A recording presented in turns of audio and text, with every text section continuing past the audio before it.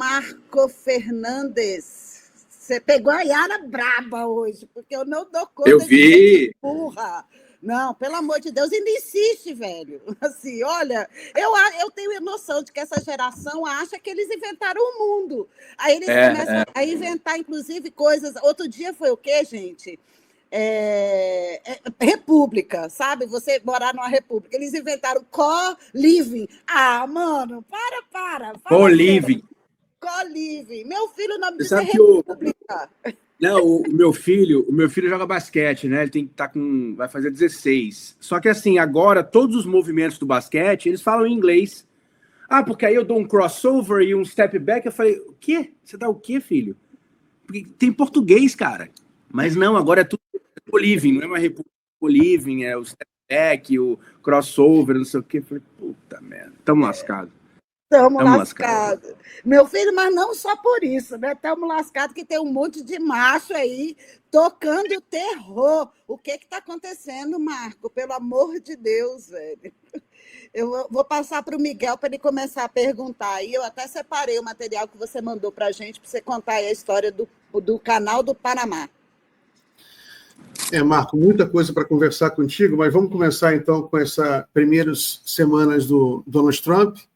Ele impôs tarifas para o mundo inteiro, só que ele impôs e depois volta atrás, né? Até a gente estava brincando, conversando antes, porque você faz uma matéria sobre o que o Trump decide, 10 minutos depois ele volta atrás, ele voltou atrás já, né? Acabou de voltar atrás, exato. Acabou de voltar atrás. Não vai mais. É a segunda vez que ele volta atrás das tarifas contra o México, né? Enfim, mas ele tem. Vamos falar sobre o que ele não voltou atrás, por enquanto, né? Que é a questão da Ucrânia, né? Que ele graças a Deus, não voltou atrás, né? Enquadrou aí o Zelensky lá no Salão Oval. Foi assim uma virada de mesa, uma mudança radical na geopolítica. As lideranças europeias estão assim completamente desorientadas. O Macron fez um vídeo ontem. Até esqueci de trazer aqui para te mostrar, só para olhar a cara do Macron. Ô, Gui, vai no Twitter lá do Macron e bota aqui enquanto a gente fala, vai ser muito engraçado. O Macron lá desesperado, falando que a Rússia vai invadir a França, vai invadir a Europa. É um discurso completamente delirante. A Rússia já respondeu, o Lavrov já respondeu aquela porta-voz lá da... Maria, né? Zarkova, Zarakova. Tanto Lavrov quanto ela já responderam, dizendo que é um delírio. O Putin e nem a Rússia, né? Nunca fizeram qualquer gesto que quer invadir a França, invadir a Europa. Né? A questão deles é muito local. Nem a Ucrânia eles invadiram, né? Mas, enfim, o Macron fez um vídeo dizendo que a Europa tem que se rearmar. Inclusive, o Lavrov considerou uma ameaça à Rússia, porque o Macron falou em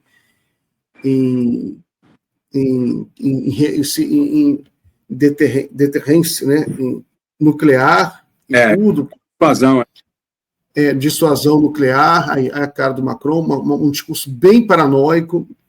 Teve uma reunião, todo dia agora tem reunião de emergência sobre a Ucrânia. Eles tiveram outra reunião de emergência em Bruxelas, hoje, ou ontem à noite, que já tiveram em Londres, né, agora dias atrás. E tanto o Starmer, que é o primeiro-ministro inglês, também o discurso mesmo, igual do Macron, que temos que... O Starmer foi também bem delirante. Temos que colocar gente, né, boots on the... botas na terra, né, boots on the lands, né? Temos que colocar soldados na terra, né? Enfim, mas como é que você está vendo essa situação toda? Olha, primeiro, Miguel, é isso, né? Eu tenho conversado com amigos de mídia essas últimas semanas, né? Estava conversando com um amigo da RT ontem, da RT Espanhol, e ele falou exatamente isso que você falou, né? Tá um drama, porque você faz a matéria, prepara a pauta, no caso dele ele faz vídeo, né? É o Mirko lá do Aí Les Va, né? Que é um programa da RT Espanhol, que é um sucesso há muitos anos. E aí você termina de fazer o vídeo e o Trump vai lá, muda de ideia e acaba tudo, né? Então, muito imprevisível, mas eu acho que também esse movimento, essa imprevisibilidade do Trump, eu acho que também exprime ainda uma falta, não tem uma estratégia, né? Eu acho que eles estão tateando, né? Uma coisa que é importante lembrar, saiu um artigo essa semana, na semana passada, na Monthly Review, saiu originalmente no Guanchala, na China, depois saiu no Monthly Review, um artigo da Deb Veneziali, que faz um primeiro, pelo menos que eu tenha visto, o primeiro mapeamento dos vários grupos que estão em torno do Trump, né? Isso é uma coisa que a gente precisa ter em mente, precisa entender melhor essa dinâmica, porque são grupos muito diferentes, de uma extrema-direita evangélica até os anticomunistas ferrenhos, tipo Marco Rubio, né? Os anti-China ideológicos, como o Marco Rubio e outros, o pessoal das Big Tech, aí tem o Peter Thiel, que é um cara que pouca gente fala, né? Mas é um cara que trabalha para a CIA, com a empresa dele, é um cara super poderoso, e colocou o J.D. Vance na vice-presidência, né? Então, na verdade, é isso. São vários grupos que vão disputar daqui para frente. Você já viu que por exemplo, a treta entre o Steve Bannon e o Musk, né? E o Bannon vai rodar provavelmente, porque, né, o Trump está dando toda a moral para o Musk, mas também a gente não sabe até quando, né? A gente também sabe que o Trump tem um pouco essa dinâmica, se algumas pessoas em volta dele começam a crescer demais, ele acaba se livrando delas, como aconteceu no primeiro mandato. Então, eu acho que é isso. Basicamente, eu acho que os Estados Unidos, o Trump e o seu grupo, os seus grupos políticos, acho que ainda estão... acho que tem algumas direções, evidentemente, você já falou, eles, de fato, é uma ruptura histórica o que está acontecendo, desde a Segunda Guerra Mundial, esse arranjo, né, do sistema imperialista, como o Breno Altman tem ressaltado muito bem, ele está se desfazendo, né? O tal do Ocidente coletivo, como os russos gostam de chamar, está se desfazendo. Agora, essa questão das tarifas, por exemplo, eu acho que é um dos pontos fracos que eles têm, porque já houve essa experiência, né, da guerra comercial no primeiro mandato do Trump, foi um fracasso total da guerra comercial contra a China. Na época eu escrevi sobre isso, em 2021, né, os grandes prejuízos quem teve foram as empresas dos Estados Unidos. Chegou a um ponto, por exemplo, ali 2022, mais ou menos, tinha cerca de 3.500 empresas estadunidenses processando o governo dos Estados Unidos por conta das perdas acarretadas pela guerra comercial. Porque a gente até já falou sobre isso aqui, Miguel, acho que da última vez, né? A indústria dos Estados Unidos, a indústria que ainda existe nos Estados Unidos, ela depende de bens intermediários chineses. Eles têm que comprar bens para fazer as suas mercadorias, né? Comprar produtos químicos, comprar produtos metálicos, até maquinários, né? Então, isso vai prejudicar a indústria automobilística, a indústria estadunidense como um todo. Então, não é à toa que eles estão nesse vai e vem, né? E que agora acabou de acontecer hoje, né? Do mesmo jeito, a China já começou a retaliar, né? Coisa que a China da primeira vez não tinha feito, né? A China se conteve muito para retaliar as tarifas lá atrás, e agora ela já está de bate-pronto, né? Inclusive, hoje vocês viram a China, o porta-voz da embaixada da China nos Estados Unidos fez uma declaração histórica, né? Eu diria, um nível de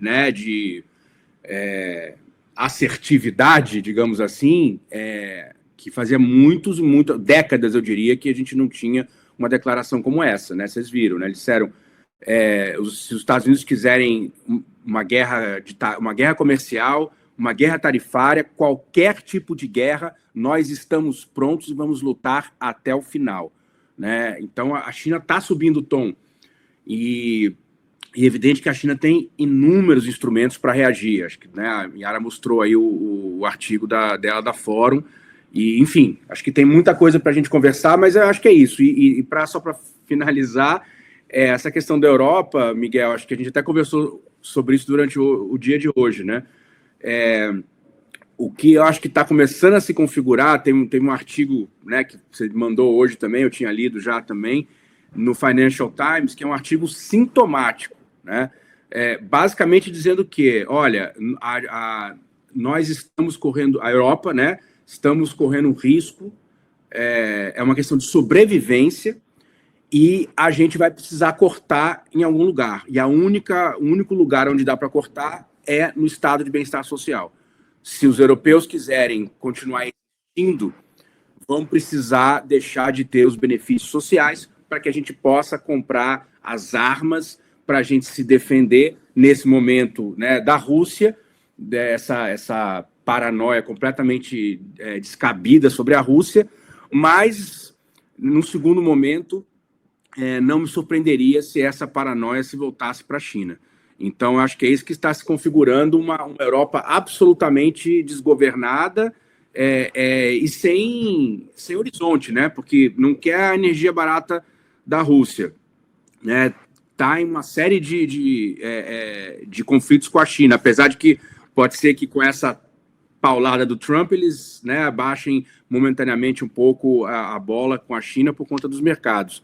Mas eu acho que é isso, acho que é um mundo que está completamente diferente de, eu diria, 45 dias atrás, né? Que é quando o Trump assumiu a presidência. Marco, eu acho engraçado porque eles falavam muito esqueci o nome dela, acho que era a Gina Demondo, falava muito de a gente tem que desacoplar da China, né? E parece que quem se desacoplou é o decoupling, lembra? Foi os Estados Unidos, né? Que está se isolando. Então, é curioso. Mas eu queria falar de outra coisa, que é o canal do Panamá, que era administrado pela Seike Hudson, né? Holdings, que é um conglomerado multinacional com sede lá em Hong Kong, que desde 2015 que ele existe e que atua em 5 principais setores: portos e serviços relacionados a portos, varejo, infraestrutura, energia e telecomunicações, e opera em mais de 50 países. E agora, recentemente, um consórcio liderado pela BlackRock comprou a divisão de portos dessa multinacional, com sede em Hong Kong, por mais de 28 bilhões de dólares. O Marquinho mandou para a gente aqui um material, olha, para a gente entender a dimensão, o tamanho que é essa empresa, né? Assim, como que as companhias aí que ela onde ela atua. Aqui, peraí, eu tenho mais aqui. Ó, exatamente, olha só, os portos dessa empresa no mundo inteiro. Está espalhada no mundo inteiro, né, Marco? Aqui, olha, você tem uma outra visão dela, aqui, todos os continentes da Terra, e fala aí sobre o tanto que a BlackRock é poderosa. Aí eu queria que você falasse um pouco sobre, apesar da ameaça política, no final das contas veio pela grana, né? Porque a BlackRock é uma empresa multinacional, mas é principalmente estadunidense, né? Conta pra gente aí essa história, Marco, que pode mudar muito, gente, a questão dos portos, a logística internacional, não é isso, Marco? Então, Yara, eu na verdade, essa história a gente começou a acompanhar lá atrás, né, quando o Trump começou a ameaçar tomar o Panamá, né, ou tomar o canal do Panamá. E aí essa notícia saiu ontem pela manhã nos jornais, primeiro, né, nos jornais europeus e nos Estados Unidos, dessa aquisição inesperada, né? Foi uma surpresa no mercado, porque foi uma negociação que foi feita muito discretamente, com pouca gente envolvida, o que não é habitual para uma negociação desse tamanho, né, de 28 bilhões de dólares. E aí eu fui atrás disso, né, para tentar entender um pouco melhor, justamente, Ara, porque, como a gente estava falando, né, eu acho que o Trump ainda está formando a sua estratégia, né, em muitos níveis. Então, eu acho que essa história do canal do Panamá, a gente precisa entender, começar a entender melhor, porque isso pode ser, daqui para frente, uma das estratégias. Primeiro, o que aconteceu, né? O Trump chantageou o Panamá, né? Ameaçou o Panamá. Nós vamos tomar o canal do Panamá de volta, com tropas, se for possível, porque o canal do Panamá está controlado pela China, né? Inclusive, ele fez um tweet, né, um fake news, que tinha sei quantos soldados, acho que era na época do Natal. Feliz Natal para os soldados chineses que estão aí no Canal do Panamá e tal. É um absurdo.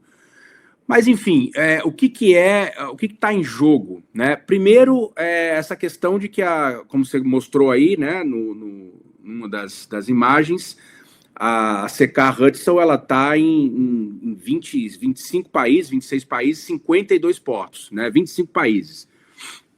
Ora, só para você ter uma ideia da dimensão disso, a China, essa é uma empresa privada, né, de Hong Kong, você mostrou também aí o ranking, é a maior operadora de portos do mundo, né, em empresas que são, né, em capital aberto, está aí em primeiro lugar, né, faturou quase 34 bilhões de dólares no ano, isso é 2022, esse dado, é o mais atual desse site. E então é uma empresa absolutamente estratégica, né, e que essa empresa justamente ela controla, administra 2 portos, né, dos 2 lados do Canal do Panamá. Quando o Trump começou a fazer essa ameaça, isso soou alarme lá em Hong Kong com a sua, enfim, seu presidente, sua diretoria. E aí começou, então, essas conversas para vender a empresa. Aí acho que 2 coisas, né, de início.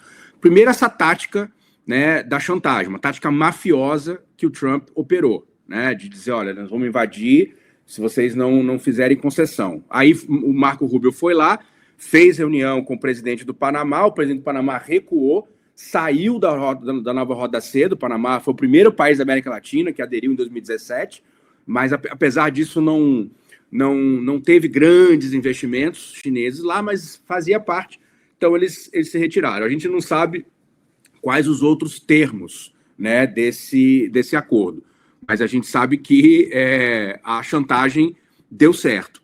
E deu certo também para a empresa de Hong Kong, né?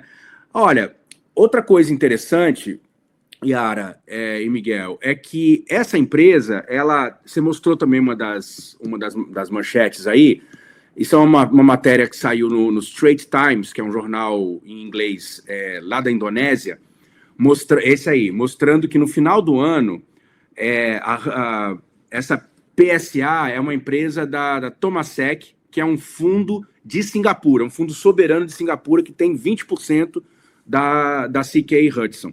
E eles estavam querendo vender esses 20%. Ora, quem é que estava de olho nesses 20%? Empresas estatais chinesas, né? Principalmente a COSCO Shipping e a China Merchants, que são 2 das grandes empresas mundiais também, operadoras de portos, mas são estatais chinesas, então não estão naquela lista ali, né? Aliás, a Merchants está, mas a COSCO não está. Então, o que acontece? Isso também soou o alarme, né, do pessoal em Hong Kong, e provavelmente, isso ainda não está muito claro, nos Estados Unidos, né? A possibilidade, então, de Pequim ter mais influência sobre essa empresa. E aí, só para fazer uma comparação, Yara, do tamanho dessa empresa, tem um outro mapa que você mostrou, que é um mapa com mais portos. Aquele mapa, na verdade, é justamente o mapa os portos que são operados por empresas estatais, esse aí, chinesas, que são entre 90 e 100 portos hoje, né? Ou seja, a Hutchison sozinha tinha 52 portos, em comparação com 90 a 100 de 3 grandes estatais chinesas, aquelas 2 que eu falei, e a Shanghai International. Então, isso a gente pode já entender a dimensão, né, da CK. E aí entrou a BlackRock, né? Fez um consórcio com uma empresa, inclusive, que ela recém comprou, uma empresa também de infraestrutura, uma empresa gigantesca de infraestrutura, a Jeep, e adquiriram, né? Agora, o que fica, eu acho que dessa história para a gente acompanhar daqui para frente? A gente sabe que essa questão dos portos, né, é uma obsessão dos Estados Unidos há muitos anos, né? Porque, evidente, está aí, né? A gente está falando de 150 portos controlados por empresas chinesas no mundo inteiro. Tem uma série de relatórios dos Estados Unidos dizendo, olha, isso é um perigo, eles podem converter isso para uso militar. Não tem nenhum caso disso ainda, né? A não ser lá o Djibouti, que é a única base militar que a China tem fora, né, do país. Mas isso é uma grande obsessão dos Estados Unidos. E, de certa forma, de um ponto de vista geopolítico, se os Estados Unidos, né, pensam em ter um planejamento para daqui a 5, 10 anos provocar uma guerra contra a China, de fato, esses portos controlados pelos chineses vai ser um problema. Então, é evidente que isso, essa movimentação da BlackRock não está claro ainda, né? Porque o Financial Times, por exemplo, fez uma série de artigos entre ontem e hoje. O Financial Times, a narrativa do Financial Times é que o Larry Fink, da BlackRock, percebeu essa possibilidade de negociação, viu que isso agradaria o Trump. A BlackRock está meio queimada ali nos meios de extrema-direita trumpistas por conta das suas políticas de desenvolvimento sustentável e tal.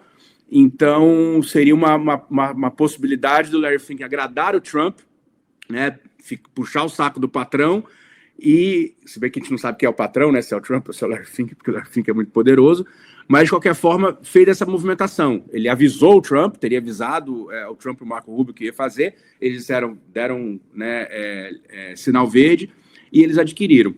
No final das contas, é isso agora, quer dizer, a BlackRock vai controlar 45 portos, porque tem os portos que são na China continental, em Hong Kong, esses eles não vai comprar, a CK Hudson não vai vender, obviamente, Pequim não vai deixar, mas você tem uma jogada que começa, então, com uma chantagem e termina com uma aquisição pela BlackRock, que hoje controla quase 12 trilhões de dólares em ativos. E aí, o último detalhe, é que a BlackRock, uma das coisas que tem chamado a atenção dos analistas é que no último ano, a BlackRock tem começado a mudar um pouco o seu portfólio e investido cada vez mais em infraestrutura. Ela já controla, antes dessa aquisição, já controlava mais de 100 bilhões de dólares em infraestrutura, né? Então, pode ser, isso é nosso ponto de interrogação, será que a BlackRock começaria, então, agora a entrar nesse jogo da disputa pela infraestrutura global? Porque a gente sabe que esse aí é onde a China nada de braçada, né? No mundo inteiro, na Belt and Road, né? A nova Rota Seda, e os Estados Unidos não conseguem competir, porque o Estado estadunidense não tem recurso para bancar uma competição com a China. Mas talvez possa começar a usar a BlackRock para esse fim. Isso é um ponto de interrogação que a gente não sabe ainda, mas isso, eu acho que a gente precisa ficar atento aí aos próximos capítulos. Desculpa me estender demais. Eu queria só trazer aqui para a nossa audiência o que é a BlackRock, gente. Ela é a maior gestora de ativos do mundo. Como o Marquinho falou, já ultrapassa 12 trilhões que ela administra. Ela foi fundada em 88 nos Estados Unidos e atua no gerenciamento de investimentos, oferecendo serviços para governos, grandes corporações, bancos, fundos de pensão e investidores institucionais. E ela tem participação acionária em gigantes do mercado, como Apple, Microsoft, Amazon, Google, Tesla e bancos globais. É também alvo de muitas críticas pela enorme influência sobre mercados e governos. Aí ela é criticada por muita concentração de poder, greenwashing, que é você aí vender um discurso de sustentabilidade com a mão e com a outra você investir em combustíveis fósseis e outros setores poluentes, e além da influência política. Ela tem envolvimento em decisões governamentais, políticas econômicas, principalmente nos Estados Unidos e na Europa, e levanta questionamentos sobre conflitos de interesse. A gente não pode perder de vista a questão da Ucrânia, alguém vai reconstruí-la, e a BlackRock está aí no topo dessa lista, né, Miguel? Então, sobre infraestrutura, eu separei aqui os gráficos. Gui, sobe aí o gráfico sobre o mercado de construção de navios. Isso aqui eu vou traduzir para vocês, dominando o mercado global de construção de navios, shipbuilding. Né? Aí está em milhões de navios. A China está em primeiro lugar, ela constrói por ano, isso aí de 2024. Ela construiu 33 milhões de navios.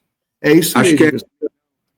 Não, eu acho que é o peso, é tonelada, gross tonnage, é a tonelada. É verdade, volume de navios, desculpe, volume de navios. 33 milhões de toneladas de navios. Né? A China construiu 33 milhões de toneladas de navios e, em primeiro lugar no mundo, é um país que domina esse mercado de construção de navios. E a Coreia do Sul está em segundo lugar, com 18 milhões, Japão em terceiro, o resto do mundo 4 milhões. Então, os Estados Unidos tem que comer muito feijão com arroz ainda. Ele está tentando retomar nessa área de portos, né? Mas na área de navios ainda está muito distante. Tem outro gráfico que eu trouxe para vocês aqui, para a gente conversar. Aqui. Coloca aí, por favor, Gui. Coloca esse que eu coloquei, que é de agora, né? Notícia quente, né? A ASML construirá centro de reutilização e reparo em Pequim, agora do South China Morning Post, né? A ASML é a principal empresa produtora de máquinas de litografia, são as máquinas que produzem chips. Uma notícia, assim, um pouco surpreendente, porque os Estados Unidos estão fazendo pressão muito grande contra a ASML para não vender nada para a China.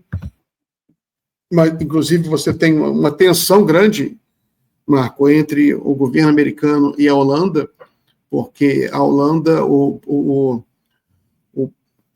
o primeiro-ministro holandês esteve, inclusive, nos Estados Unidos, pedindo, isso antes do Trump, né, pedindo já para o Biden, para ele afrouxar essas sanções, né, porque a China é o maior comprador da ASML. Então, quando os Estados Unidos proíbe a ASML de vender para a China, causa um grande prejuízo em toda a Europa, na Holanda e em toda a Europa. Né? A ASML, grande parte do PIB holandês hoje vem da ASML, que é uma empresa única no mundo. E por que os Estados Unidos têm esse poder? É porque essas empresas são todas muito interligadas tecnologicamente, parece que tem uns vidrinhos lá, umas lentes que são usadas na máquina de litografia, que são produzidos nos Estados Unidos. Então, os Estados Unidos, em função disso, ele usa isso para proibir a ASML de vender para a China. Assim como proíbe a TSMC, né, que é a empresa de produção de chips de Taiwan.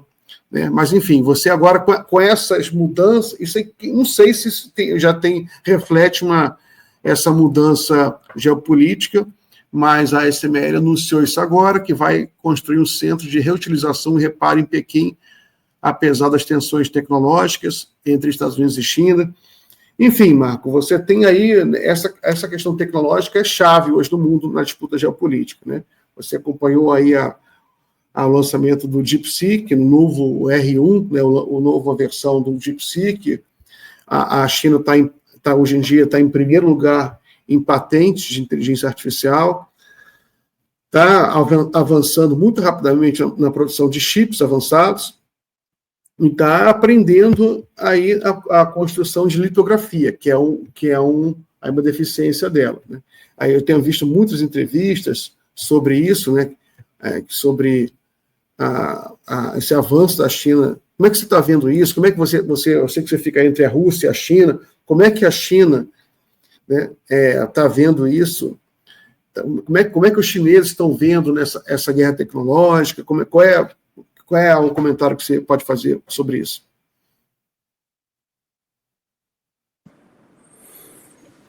Olha, Miguel, primeiro que o que a gente sente, assim, até no dia a dia, sabe, conversando com as pessoas, e principalmente o pessoal que acompanha de perto a questão da tecnologia, é que há uma confiança crescente, né? Os chineses hoje aí dos seus entre 30 e 40 anos, que são os que estão fazendo, né, grandes revoluções tecnológicas, estão transmitindo, eu acho que essa geração transmite para o país inteiro um nível de confiança inédito, né? Do ponto de vista da tecnologia. Então, e claro, isso é fruto, você sabe melhor do que eu, né? Você estuda isso pra caramba, isso é fruto de já 40 anos, né, de altíssimos investimentos do Estado e, sobretudo, nos últimos 5 anos, né, em que, principalmente depois do começo da guerra comercial, né, do Trump contra a China, e depois quando o Biden começa, então, o Trump já tinha começado com a Huawei, né? E depois o Biden expande as sanções tecnológicas. Isso, na verdade, criou na China um sentimento de mobilização nacional, né? De uma missão histórica dessa geração, que conseguir superar os Estados Unidos tecnologicamente. E, sinceramente, Miguel, é muito difícil. Eu diria que é quase impossível hoje os Estados Unidos conseguirem parar a China nesse sentido, né? Porque é uma coisa estrutural, quer dizer, a China forma 2 milhões de engenheiros, aquele STEM, né? Que ciências, tecnologia, engenharia e matemática. A China forma 2 milhões por ano, os Estados Unidos formam menos de 500 mil. Né? A China investe dezenas e dezenas de bilhões de dólares em todos os setores, né? Isso foi um plano, foi feito, acho que, se não me engano, em 2015, né? Que chamava Made in China 2025. Depois eles abandonaram o nome para não causar celeuma, né, pública com os Estados Unidos, mas o plano continuou e está aí, né? Você acabou de dizer, esse relatório que a ASP, que é aquele think tank australiano, bancado pelas empresas de militares dos Estados Unidos, e pela USAID, né? Você viu que a USAID cortaram o dinheiro do ASP, que é esse think tank, que faz uma série de estudos sobre a China, mas eles mesmos reconheceram no seu último estudo que a China hoje, se eu não me engano, já domina 61 das 64 principais tecnologias hoje no mundo, né? Então, eu acho que é isso. E no fundo, assim, eu estou tentando levantar essa bola do que aconteceu no Canal do Panamá, não é porque eu acho que os Estados Unidos descobriram a fórmula mágica, a bala de prata para deter a China. Absolutamente não. Mas eu acho que a gente também não pode subestimar o império, né? Eu acho que essa equipe do Trump, uma coisa que eles já demonstraram nesses primeiros 45 dias de governo é que alguns erros que os Estados Unidos vêm cometendo, alguns há décadas e alguns há 3 anos, por exemplo, com a Ucrânia, alguns desses erros eles não vão mais cometer. Então, eu acho que a gente precisa ficar atento também para entender os movimentos do império, porque eles ainda têm um poder gigantesco, né? Um poder militar gigantesco, um poder financeiro gigantesco, né? Por isso que eu acho que é importante a gente ficar muito atento às movimentações da BlackRock. Vamos lembrar que o Friedrich Merz, que é o novo chanceler da Alemanha, é um ex-empregado da BlackRock, né? A BlackRock ela é uma das maiores acionistas, se eu não me engano, das 10 ou 15 maiores empresas alemãs, ela é uma das maiores acionistas das de 8, 9, né? Eu só para terminar com uma anedota, eu conversei essa semana aqui em Moscou com digamos, uma figura muito sênior aí do sistema financeiro, que acompanha isso de perto há muitos anos. E a gente estava almoçando, ele comendo um estrogonofe, né? Aliás, o nosso estrogonofe é muito melhor do que o russo, desculpa aí, sorry, mas e ele comendo estrogonofe e me dando uma aula sobre, né, das entranhas do sistema financeiro, como é que funciona. E ele, claro, um dos caras que está pensando aqui na Rússia como criar alternativas, né, ao dólar e tudo isso que a gente vem discutindo. Aí ele falou. Ele falou assim: Marco, quer saber? Olha, tudo que eu falei agora, eu posso resumir numa frase. Eu falei: qual a frase? A gente quer continuar vivendo num mundo ditado pela BlackRock? Essa é a pergunta. Exatamente, Marquinho. Eu também me pergunto, aí eu até expando essa reflexão. A gente quer viver num mundo em que os homens brancos ricos ditam as regras, inclusive quem vive e quem morre, como a gente está vendo, tanto russos quanto ucranianos. Eu realmente estou pelas minhas tampas, tanto que eu todo dia estou com roupa de fim do mundo. Mas eu quero aqui agradecer o superchat da Débora Bianchini, e ela pergunta: o Panamá está alinhado ao governo dos Estados Unidos? Me parece. O Marco já chegou até a falar, né? Foi o primeiro país que o Marco Rubio visitou, foi o Panamá. né? Assim que ele assumiu o cargo de secretário de Estado, e botou ali o segundo presidente do Panamá, não, eles são soberanos, eles que decidiram sair da nova Rota da Seda. Senta lá, Cláudia, né? Não é assim. E a Graciele também agradecer aqui o seu super sticker, muito obrigada. Marco, eu queria que você, que está muito ligado a essa questão da produção rural, né? Tem esse seu olhar apurado, fala para mim como é que você está vendo essa questão do tarifaço de Trump aqui para o Brasil. Qual o efeito? Eu estava até discutindo com o Miguel antes, porque eu acho que para o nosso mercado interno vai ser muito ruim, porque você aumenta o preço, o povo só quer saber de exportar e vai acabar inflacionando o preço dos alimentos aqui. Mas eu posso estar errada. Como que você vê isso e de que forma, acrescentando aí, o pequeno produtor rural, né, o agricultor familiar, pode se beneficiar disso?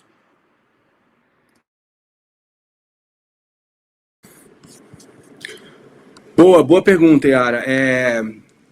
Isso é uma questão, hoje apareceu bastante na imprensa brasileira, né, essa questão das possíveis, né, vantagens para o agronegócio brasileiro, das tarifas. Só fazer um chazinho aqui, peraí.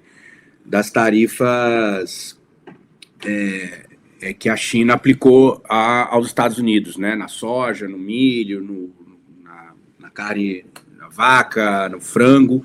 E, evidentemente, que são coisas que o Brasil já vende muito para a China. Eu acho que o João Pedro Stedley já cantou a bola, né? E eu vou seguir a dele. Ele fez um tweet aí, um X, sei lá.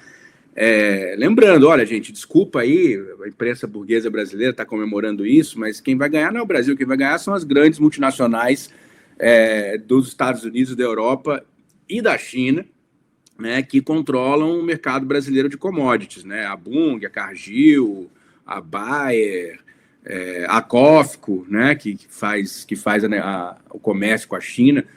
Então, acho que é isso. Agora, de fato, eu acho que também tem uma questão importante que a gente vai precisar observar. Vamos ver, né? O Trump não está nem bancando as tarifas contra o México e o Canadá que ele está prometendo desde o começo, né? Vamos ver se ele vai bancar as que ele prometeu contra o Brasil.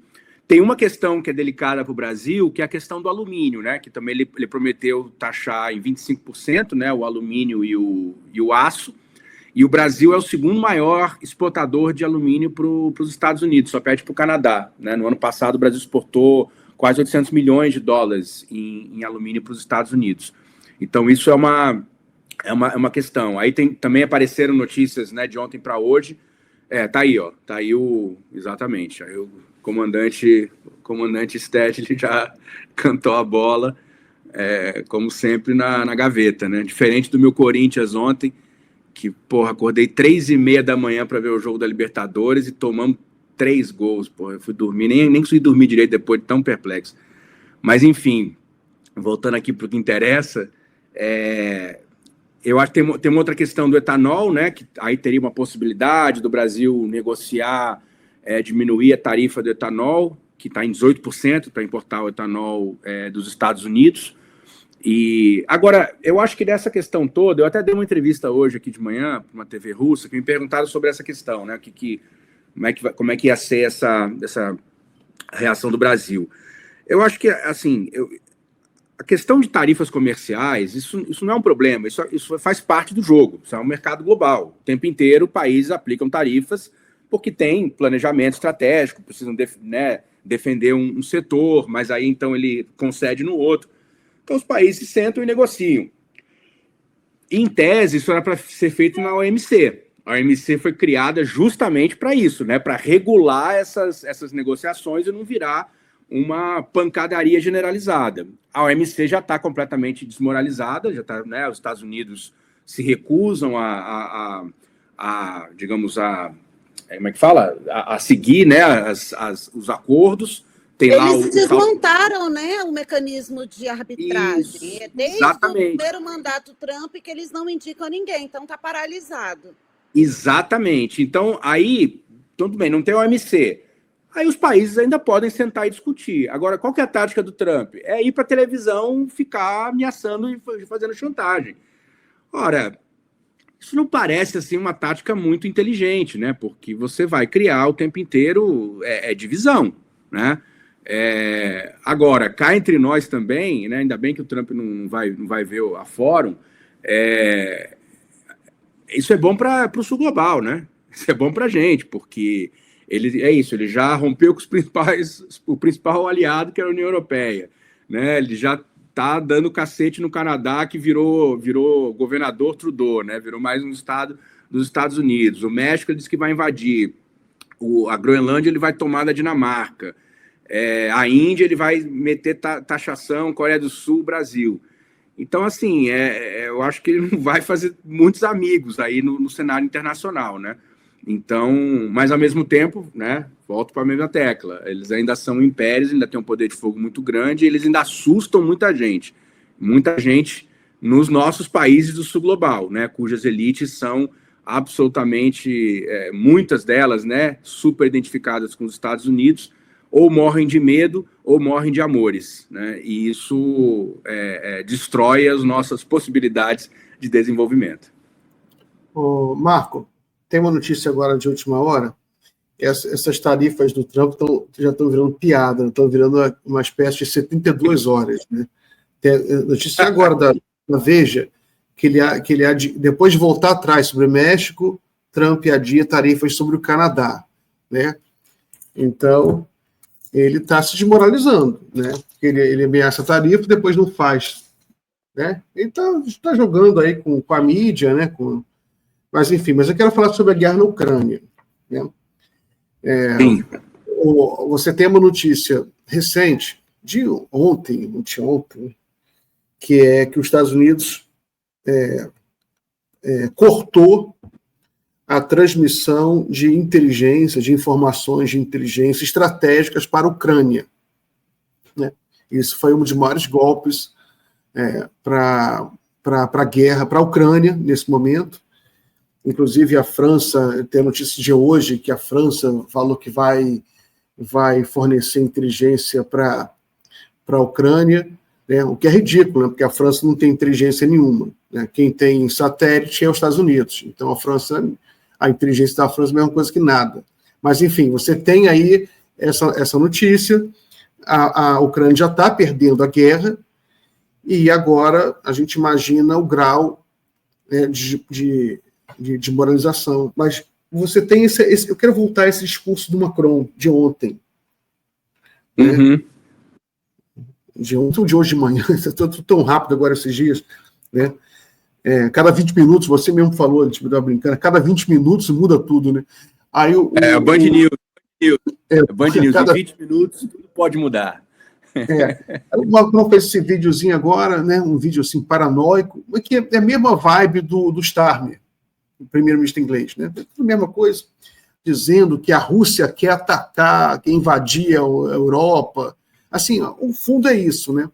E é uma coisa tão delirante, quem acompanha assim, os podcasts de geopolítica, como eu, você também, o pessoal fala, eles ficam se perguntando, será que eles acreditam no que fala? Não, eles mesmo respondem, eles não acreditam nisso, né?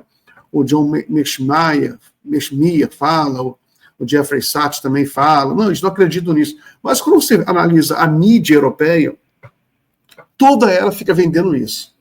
É o The Guardian, mesmo a mídia de esquerda. Não tem agora, é tudo a mesma coisa, né? Essa mídia hoje europeia não existe mais esquerda, é toda uma mídia imperialista europeia. É The Guardian, Libération, Le Monde. Eu lembro da época que o Le Monde era conhecido como de esquerda. Hoje em dia, isso é piada. O Le Monde, né? Le Figaro, todos os jornais europeus, os alemães, todos vendendo essa russofobia, que a Rússia vai invadir a Europa, porque é uma coisa ridícula, porque qualquer analista militar sabe que a Rússia não tem... Primeiro que ela nunca demonstrou interesse, não teria interesse em invadir a Europa. Ela não tem força militar para isso, não tem gente para isso, soldado para isso, né? Mas, enfim, de onde você tira essa paranoia? E o que você acha? Você acha que a população europeia realmente acredita nisso? é uma pura enganação das elites europeias, que a Rússia quer invadir a Europa, quer dominar a Europa? Como é que você está vendo essa questão? Miguel, é uma boa pergunta, ótima, assim. Vamos por partes, né? Primeiro, essa questão da população, eu lembro que no ano passado, mais ou menos ali por março, abril do ano passado, a Comissão Europeia de Relações Internacionais, algo do tipo, que é da União Europeia, tem lá um think tank, e eles fizeram uma pesquisa na Alemanha, na França e na Inglaterra. Isso há um ano, pouquinho menos de um ano. E descobriram que a maioria absoluta da população dos 3 países era favorável a uma negociação e ao fim da guerra. Isso faz quase um ano. Por outro lado, é verdade que, claro, a mídia europeia toda bombardeando isso 24 horas por dia durante 3 anos, eu acho que a questão da russofobia ela está muito, muito forte. Eu diria até, Miguel, só para fazer um comentário, talvez não muito otimista, mas teve muita empolgação agora na eleição na Alemanha, né, com o resultado final do Die Linke, né, à esquerda, né, o partido de esquerda, o principal partido de esquerda da Alemanha dos últimos 10 anos, pouco mais, né, 14, 15 anos. E realmente tiveram foi surpreendente, porque até 2 meses atrás eles não estavam chegando no patamar mínimo de 5% para poder entrar no parlamento, né? Porque na Alemanha, se você não atinge 5% de eleitos, né, de cadeiras, você está fora. O que aconteceu com o outro partido de esquerda, que é o Racha do Die Linke, que é a aliança Sarah Wagenknecht. Então, na reta final, de fato, eles foram muito bem sucedidos na campanha de redes sociais, isso virou um case, né? Tá todo mundo na esquerda falando sobre isso, em vários vídeos e tal, mas assim, eu não quero ser o estraga prazeres e o que acaba com a festa, mas assim, eu só queria lembrar o pessoal que as posições do Die Linke em política externa são muito ruins, são terríveis, eles são anti-China ferrenhos, eles são anti-Rússia ferrenhos, muitos deles pró-OTAN, pró-guerra, inclusive. Então, assim, não é um consenso no partido. Eu tô falando isso porque com alguns anos eu convivo, tenho um amigo muito próximo em Pequim, que é um alemão, que é do Die Linke, e está lá na China há muitos anos, e justamente, assim, vinha me relatando nesses últimos 2, 3 anos como que se degenerou a discussão de política externa no partido, né? Estou só contando isso para dizer o seguinte, né? Como você falou, essa esquerda, a mídia de esquerda, a esquerda europeia, em geral, com raríssimas exceções, está alinhada com o Ocidente, está alinhada contra a Rússia, está alinhada contra a China e mais. No Die Linke também, a posição dele sobre Venezuela e sobre Cuba não é muito diferente da posição de Bruxelas e de Washington. Tá? Então, assim, eu acho que a gente tem que... é isso, tá difícil a situação na Europa. Agora, em relação ao Macron, eu até fiquei pensando nisso hoje, né, Miguel? Foi até você que me mandou, eu acordei de manhã cedo aqui, você tinha mandado, né, o videozinho dele, né, que eu acordei e já fiquei chocado, né? Cara, olha o que a retrospectiva do Macron dos últimos 2, 3 anos. A França foi para o saco do ponto de vista econômico, né? A economia está estagnada, crescendo pouquíssimo há muitos anos. Ele sofreu, né, manifestações massivas na época da questão da reforma da Previdência, mandou a polícia descer o cacete, né? Tinha até piadas lá na China que mostrava imagens, né? Olha aí, a polícia chinesa em Hong Kong. Não, desculpa, na verdade aqui em Paris e tal, a polícia do Macron. O Macron sofreu uma humilhação histórica que foi aquela facada nas costas que o Reino Unido e os Estados Unidos deram na França. Você lembra naquele caso, né, da compra de submarinos nucleares, né, que estava tudo já ajeitadinho para a Austrália comprar submarinos nucleares da França. No último minuto,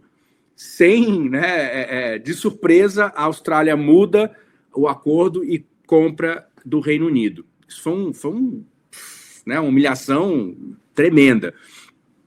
No último ano e meio, 2 anos, o que tem acontecido na África, na região do Sahel? As tropas francesas têm sido expulsas do Sahel. E já são, não sei, 7, 8 países. O Macron, um dia desses, foram perguntar para ele, acho que era o Chad, Chad ou Senegal, ou Costa do Marfim, que estavam demandando a retirada das tropas francesas, e ele foi para a televisão dizer que os africanos eram ingratos, porque nós fizemos muito por esses países.